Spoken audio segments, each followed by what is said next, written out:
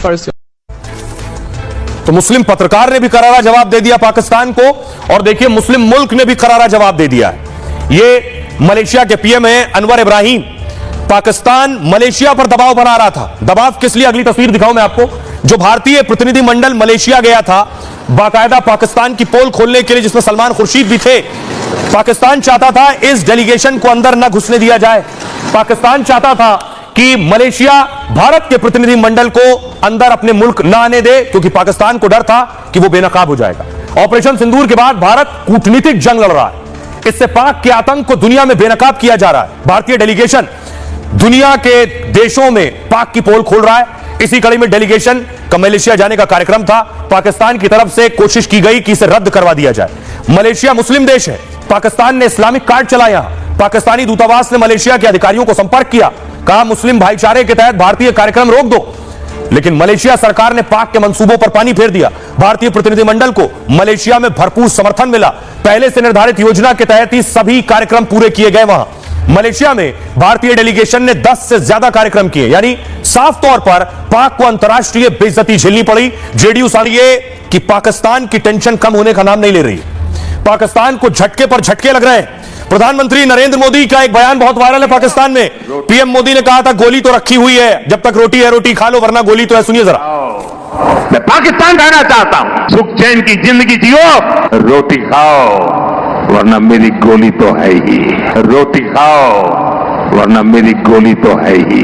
मैं पाकिस्तान कहना चाहता हूं, सुख चैन की जिंदगी जियो, रोटी खाओ वरना मेरी गोली तो है ही।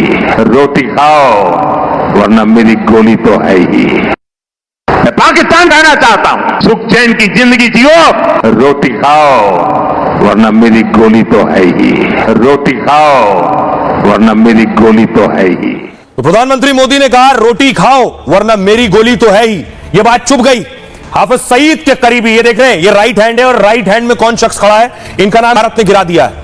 ये एयरक्राफ्ट बहुत काम का है और एयरफोर्स के लिए भारत सेनाओं को एक जगह से दूसरी जगह ले जाने के लिए इस्तेमाल किया जाता है। अगली तस्वीर में आपको दिखाऊं, यह है चीन का एक drone, wing Loong drone. Bharat ने यह भी मार गिराया है। अगली तस्वीर देखिए जरा। और ये जो फाइटर है, 6 फाइटर, पाकिस्तान के 6 फाइटर भी भारत ने गिरा दिए। देखिए जरा कि आखिर पाकिस्तान का जो नुकसान हुआ है, वो नुकसान से जुड़ी बड़ी खबर यह है कि भारत ने ये बड़े बड़े C-130 विमानवाहक जो बाकायदा एयरक्राफ्ट हैं, बड़े एयरक्राफ्ट हैं और बड़ी जगहों पर इस्तेमाल किए जाते हैं, वो गिरा दिए। पाकिस्तान के 6 फाइटर जेट मार गिराने का दावा है। रिपोर्ट के मुताबिक पाक के 3 एयरक्राफ्ट भी तबाह हुए हैं। 10 से ज्यादा ड्रोन और क्रूज मिसाइलें भी खाक हुई हैं। पाकिस्तान एयरफोर्स का C-130 विमान गिराया गया है। 130 एक शक्तिशाली सैन्य परिवहन विमान है। ये लंबी दूरी की उड़ान के लिए जाना जाता है। विभिन्न सैन्य हवाई अड्डों पर इसका इस्तेमाल होता है। इसकी कीमत 120 करोड़ रुपए से ज्यादा है। पाकिस्तान ने चीनी मेड विंग लूंग ड्रोन को छिपा रखा था। ये जो ड्रोन आप देख रहे हैं, ये चीनी ड्रोन है, मिलिट्री ड्रोन है। ये रफाल और सुखोई 30 ने पाक के सेफ सेंटर को निशाना बनाया। यह ड्रोन 20 घंटे तक उड़ सकता है। इसकी अधिकतम गति 370 किलोमीटर प्रति घंटा है। यह निगरानी, टोही और हमला करने में भी सक्षम है। विंग लूंग 2 को कई हथियार भी अपने साथ ले जा सकता है। हवा से सतह पर मार करने वाली क्रूज मिसाइलों से हमला किया गया। यह फाइटर पाकिस्तान के गिरा दिए। हमले में स्वीडन में बना एवैक विमान तबाह हो गया है और हवा में निगरानी करने वाला यह विमान है दरअसल, और हैंगर में कुछ और फाइटर भी मौजूद थे, वो भी तबाह हो गए। पाकिस्तानी सेना ने वहां से मलबा भी नहीं हटाया था और इससे ज्यादा विमानों के नुकसान होने की आशंका है। ऑपरेशन सिंदूर में पाक के फाइटर जेट्स को हवा में ही मार गिराया। एयरफोर्स के रडार और एयर डिफेंस सिस्टम ने मार गिराया है। 300 किलोमीटर दूर उड़ रहे एक एयरक्राफ्ट को भी मार गिराया है। सुनिए जरा भारत की इस कामयाबी पर, क्योंकि धीरे धीरे पाकिस्तान सच उगल रहा है। सच की जानकारी सामने आ रही है कि भारत ने कितना मारा है पाकिस्तान को। कल आपको बताया था 20 नहीं 28 ठिकानों पर मारा है। आज आपको बताया है कि 2-3 नहीं 10 विमान मारे गिराए हैं। सुनिए जरा जीडी बख्शी क्या कह रहे हैं।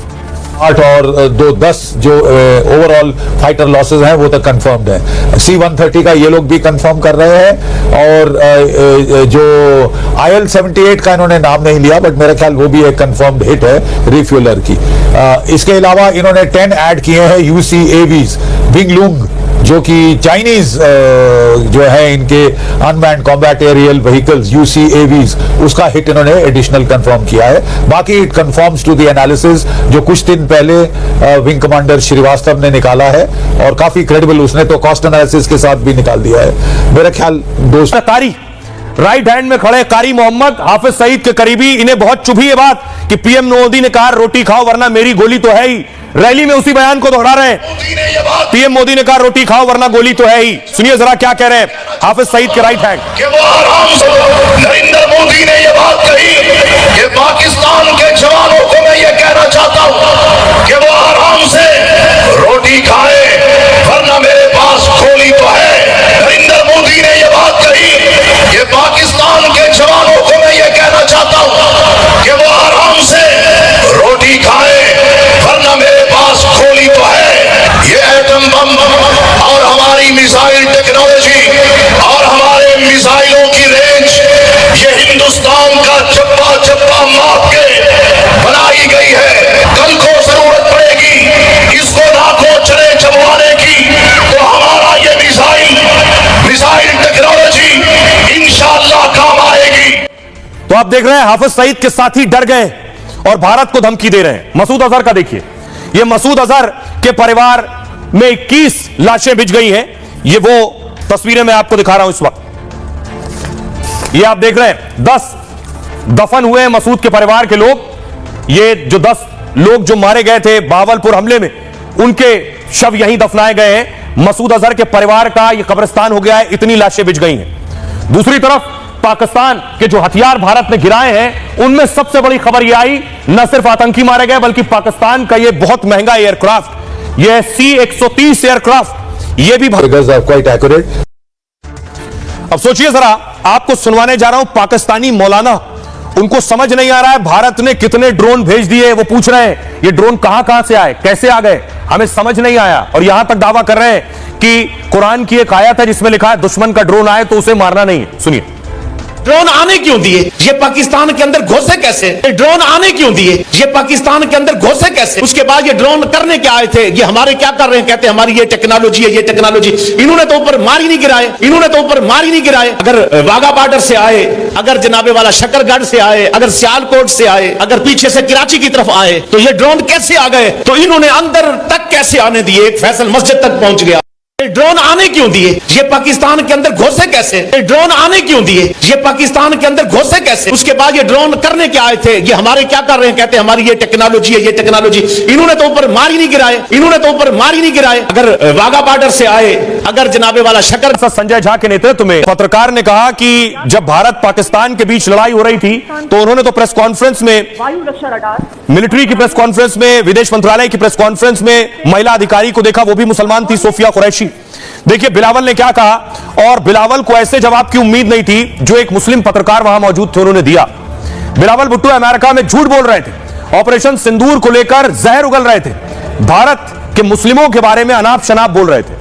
पहलगाम के बाद मुसलमानों को आतंकी माना जा रहा है, भारत में उनको अलग नजर से देखा जा रहा है, भारत इजराइल की राह पर चल रहा है, पीएम मोदी नेतन्याहू की कॉपी बनने की कोशिश कर रहे हैं, उनको शांति पसंद नहीं, वो अशांति बढ़ा रहे हैं। बिलावल ने ISI और रॉ को लेकर भी बात की, दोनों देश अगर साथ मिलकर लड़ने को तैयार हो जाएं तो दोनों में आतंकवाद में कमी देखने को मिलेगी। लेकिन मुस्लिमों पर बयान देने के दौरान घिर गए बिलावल।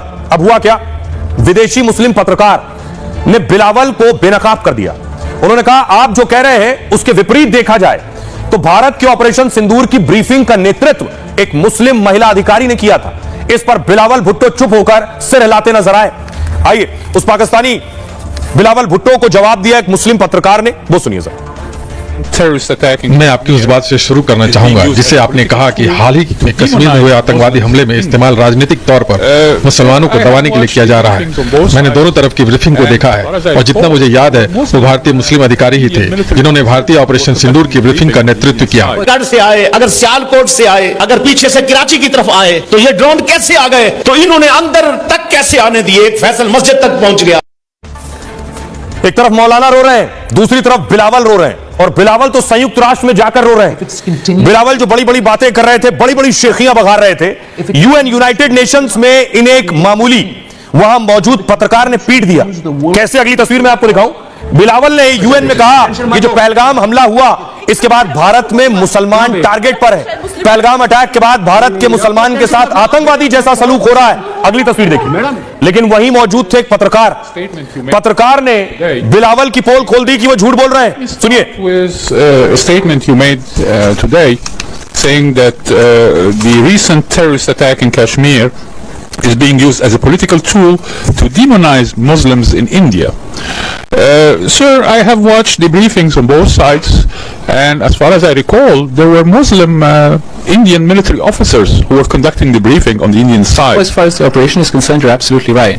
Okay. जो पत्रकार को आप सुन रहे हैं, जब बिलावल ने कहा कि मुसलमानों से आतंकियों जैसा सलूक हो रहा है भारत में,